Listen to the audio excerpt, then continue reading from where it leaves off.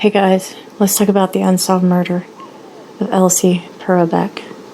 Elsie Paroubek's mother was born Carolina Wojciech in November 1869 in Makov, East Bohemia, in what is now the Czech Republic.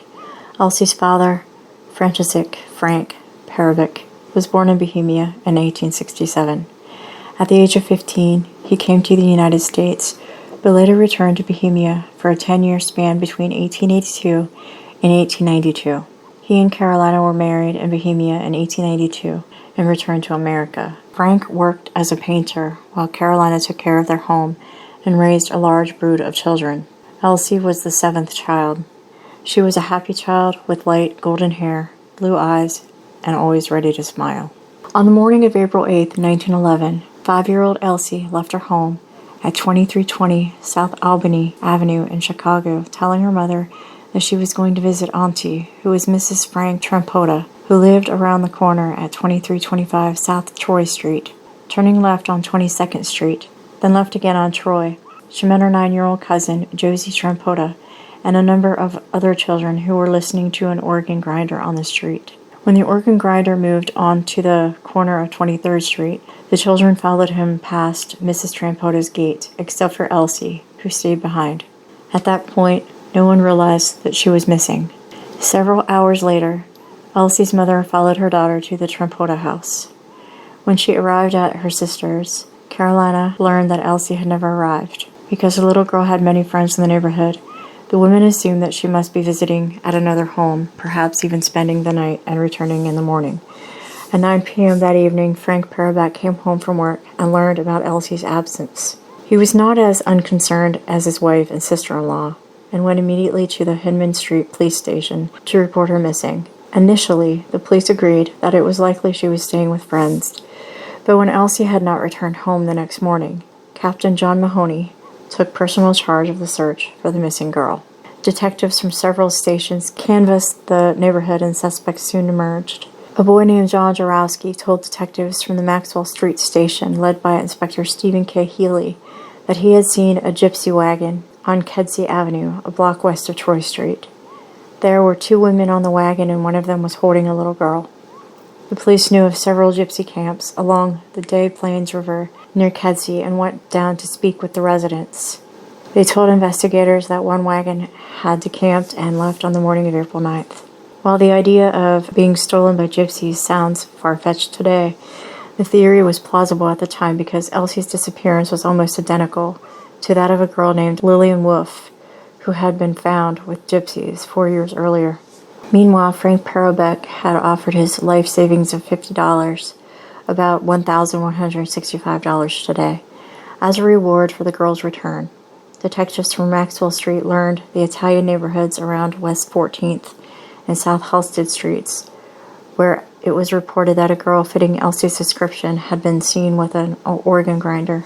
Inspector Healy ordered that the drainage canals be dragged for the child's body on April 12th and again on April 15th. And Illinois Governor Dan S. Deneen asked the public to assist with the search. Soon there were thousands of people on the lookout for the little girl, but she was nowhere to be found. Frank Paroubek, accompanied by detectives, went in search for the departed gypsy wagon, which was originally believed to be headed for Round Lake, Illinois, a small town about 50 miles northwest of Chicago. There were about 7 wagons encamped there at the time, and local farmers were alerted to be on the watch for Elsie. Unfortunately, many of them took it upon themselves to question the gypsies and attempt to search the wagons. In the middle of the night, they broke camp, now headed for Bolo, Illinois. Bolo residents reported a child matching Elsie's description with the gypsies, adding that she appeared to be stupefied or drugged and partly covered with a blanket.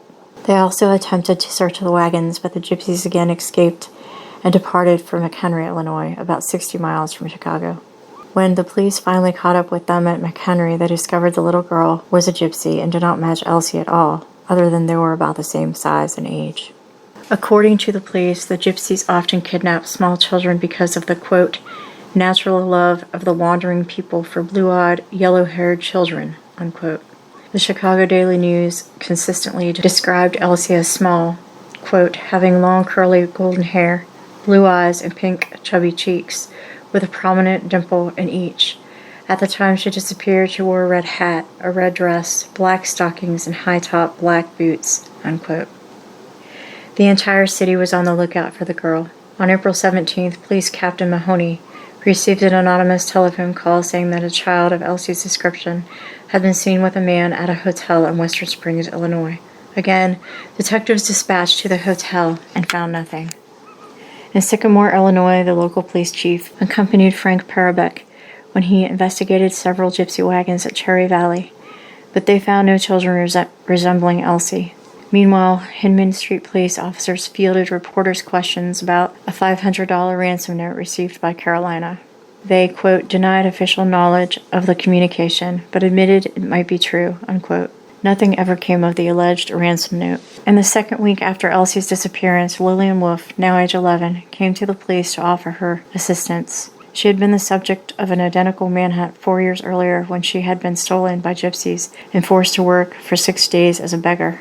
She was recovered after being spotted by a farmer as she was walking behind a gypsy wagon outside Momence, Illinois. Lillian provided what details she could about the typical behavior of the gypsies and offered to lead a rescue party if Elsie was found. One of the men who had kidnapped Lillian was tracked down in prison and suggested that the police contact Elijah George, the king of the gypsies, for help. George was found in Argyle, Wisconsin, and brought to Joliet, but failed to give the desired information and was released. At this point, Inspector Healy again ordered the drainage canal dragged, along with a search of wells, cisterns, and other places into which Elsie might have fallen. By April 30th, Elsie had been missing for 3 weeks, and the city was in an uproar. The superintendent of schools, Mrs. Ella Flagg Young, requested that all of the school children in the Chicago area organize neighborhood searches during spring break. Around the same time, Frank Paroubek, out of desperation, consulted a psychic medium who said that Elsie was in Argo, Wisconsin. Chicago politician Charles J. Buppica sent officers to the area that she indicated, but there was no sign of the girl. The search went from Illinois to Wisconsin, from Wisconsin to Minnesota, and then back again to Illinois, but with no luck. In the midst of the investigation, something sinister was going on. A few days after Elsie had vanished, Frank Paroubek had begun receiving anonymous letters from an unknown source. The letters, described as insulting, were all written in English, which he could not read. He asked neighbors to translate. The letters claimed that Elsie had been taken by someone who, quote, hated, unquote, the Paroubeks and accused the family of mistreating her. Frank was so angry about the accusations that he burned the letters. Regardless, detectives attempted to follow up on the lead. The Czech community in Chicago rallied to support the family. All Czech-speaking policemen were put into plain clothes and assigned to the investigation. The Women's Auxiliary of the Club Bohemia also helped with the search, creating what they called an, quote, endless chain letter, unquote, which was mailed to every party of the city, asking that recipients mail copies to everyone they knew. Various Czech American politicians became involved, and the Bohemian Charitable Association offered a $500 reward. Other reward offers poured in. Governor Deneen asked the legislature to revise statutes so that a reward could be offered by the state of Illinois. At that time, state laws did not allow the offering of a reward for the apprehension of kidnappers as it did for murderers. Mayor Carter Harrison Jr. contributed $25, $600 in today's money, to a personal reward fund that was set up. Anton Cermak, then a Chicago alderman, stated that if Elsie was not found by the next city council meeting on May 1st, he would call upon the city council to offer an even larger reward.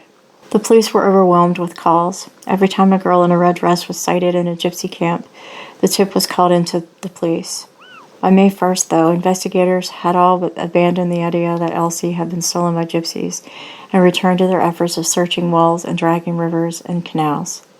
Judge Joseph Sabbath objected to what he said was a lackluster search. He claimed that the police hunt was becoming listless because Elsie's parents were poor. He had been receiving contributions to the reward fund from all over the country and increased his own contribution to $100. Meanwhile, detectives Zahor and Zelaski were still searching for the writer of the letters that had been sent to the Paroubeks. They believed that the man lived near Madison and Roby Streets, and that he knew more about the disappearance than he was saying. Lieutenant Costello, supported by Inspector Healy, flatly declared, quote, Elsie Paroubek fell into the drainage canal from the Kedzie Avenue bridge or near it. She was not murdered." Unquote. They believe the author of the letter witnessed her fall. Their search turned up no trace of him, however. The search of the gypsy camps continued. By May 7th, 25 camps had been searched, and several false leads had turned up nothing. Police Captain Mahoney sadly announced his belief that Elsie was dead, but vowed that the police would continue to search for her body. The search didn't last much longer. 2 days later, electrical engineer named George T. Scully, along with other employees of the Lockport power plant near Joliet, discovered a body floating in the drainage canal. At first, they thought it was an animal from one of the nearby farms, but 3 hours later, realizing that it looked like a child, they sent out a boat to bring it to shore. Undertaker William Gooddale, who was called to examine the body, said that it appeared to fit the description of Elsie Paroubek. Quote, "The description tallied to the shade of the hair, the texture of the stockings, and the stuff and tint of the dress of little Elsie." Unquote. He stated that he believed the body had been in the water for several weeks. It was badly decomposed, and original reports said that there were no marks of violence on the body. Gooddale notified Chicago authorities, who sent Police Lieutenant Costello to the Paroubek home. When she saw the grim-faced policeman on the doorstep, hat in hand, Carolina Paroubek cried out, "Midrahe dite, my dear child," and she begged to be told Elsie was alive. Frank was taken to the Gooddale funeral home at midnight. He said, quote, "The clothes look like Elsie's, but the face, I can't recognize it. Her mother alone can tell." Unquote. The next morning, Carolina was brought to the Lockport undertaker's parlor by a trolley car. She'd positively identified the dead girl as her daughter. She was quoted, "It's you, my darling. Thank God we found you, and you're not in the hands of the gypsies." Unquote. For the next hour, she paced back and forth or sat nervously with her husband in an adjoining room. Frank held her hands, and they wept and prayed together. Gooddale, who had followed the investigation into the girl's disappearance in the newspapers, made a statement to the police, quote, "The body appears to have been in the water for about a month, which would tally with the date of Elsie Paroubek's disappearance. The child, when she left home, was without a hat, and her clothing tallies in every respect with that found on the dead body.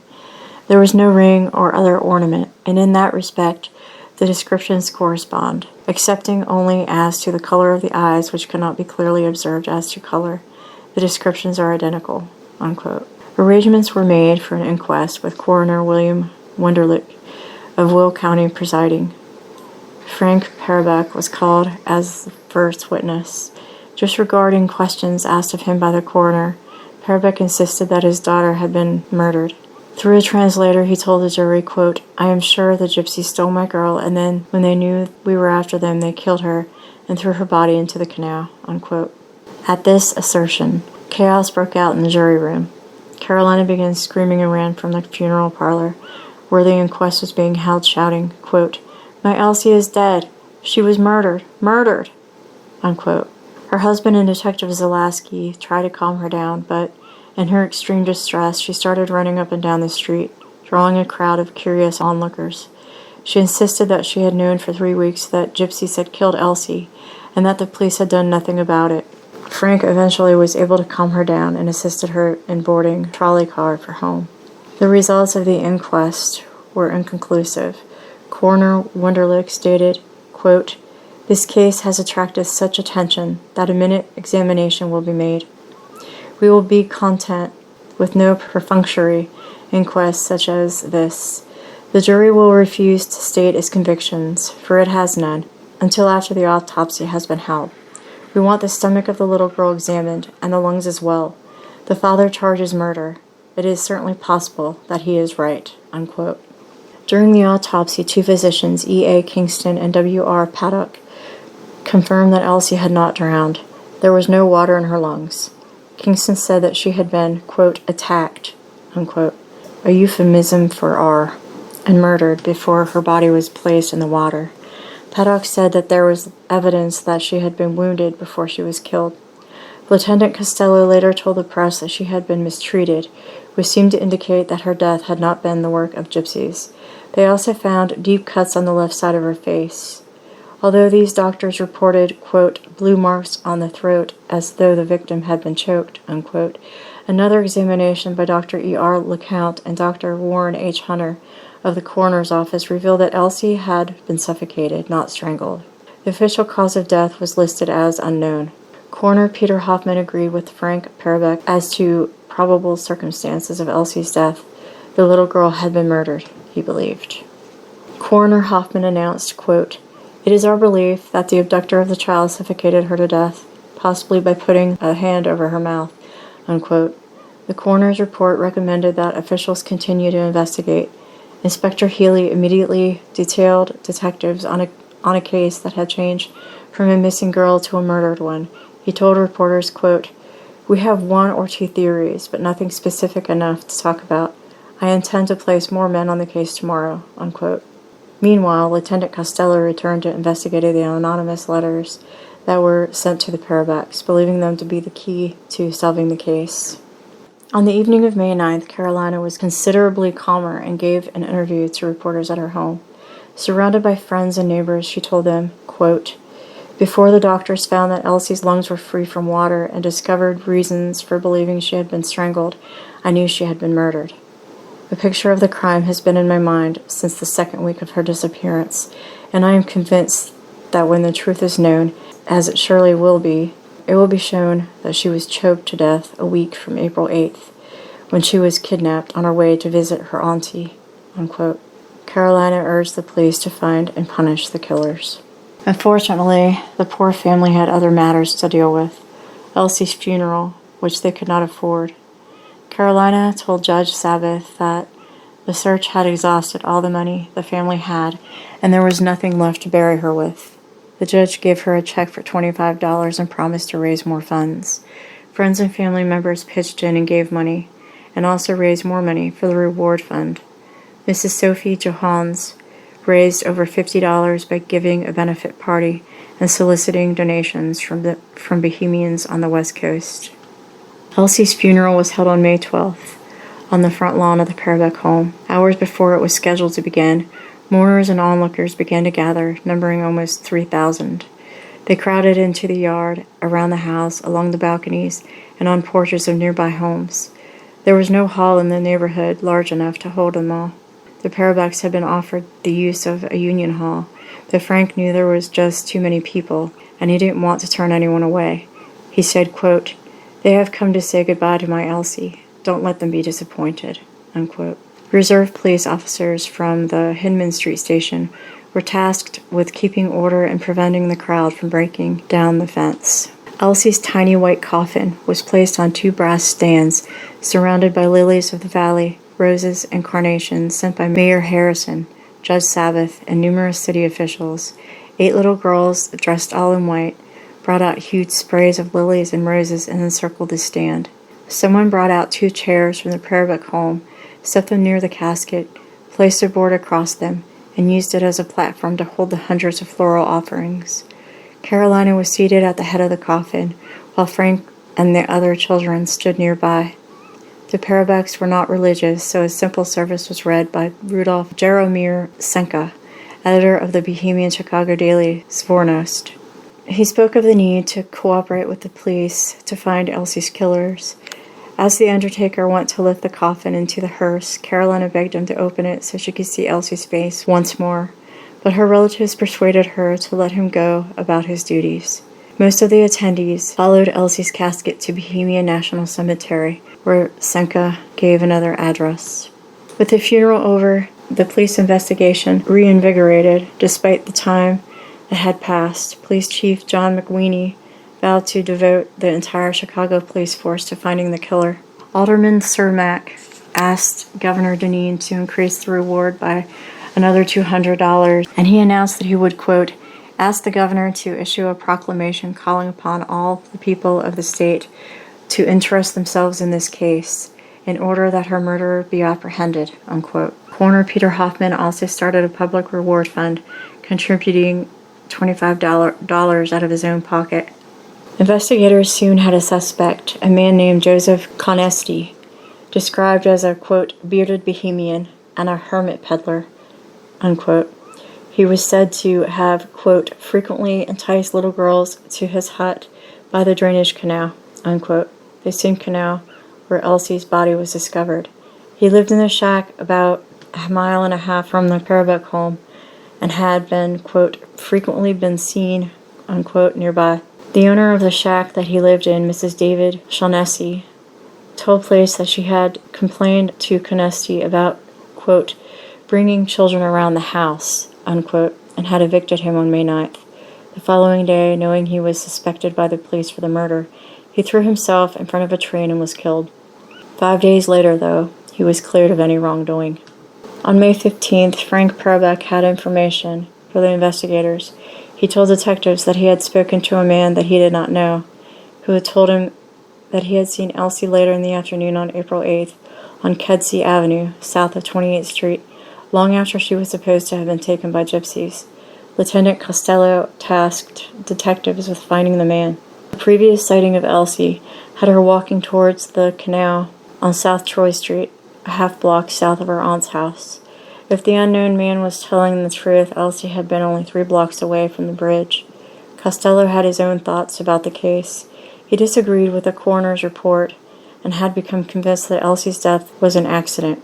She had simply fallen in the canal and died, and if he could prove that she was closer to the canal than was previously thought, it would give more weight to this theory. The problem was that Inspector Healy had repeatedly dragged the ditches and canals during the search, and her body was not found. In addition, there had been no water in her lungs, and she had been assaulted. Costello was clinging to the initial examination by Dr. Kingston, who told Costello that Elsie had drowned, and there were no marks of abuse on her body. He changed his report the following day, but Costello was convinced the first report was accurate. Costello followed his leads, which led nowhere, while other detectives chased suspects of their own.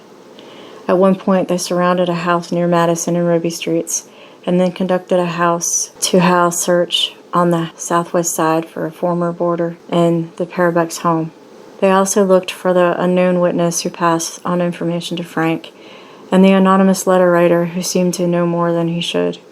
Unfortunately, none of these men, like Elsie's killer himself, were never found. After more than a century, we still don't know what really happened to little Elsie Paroubek.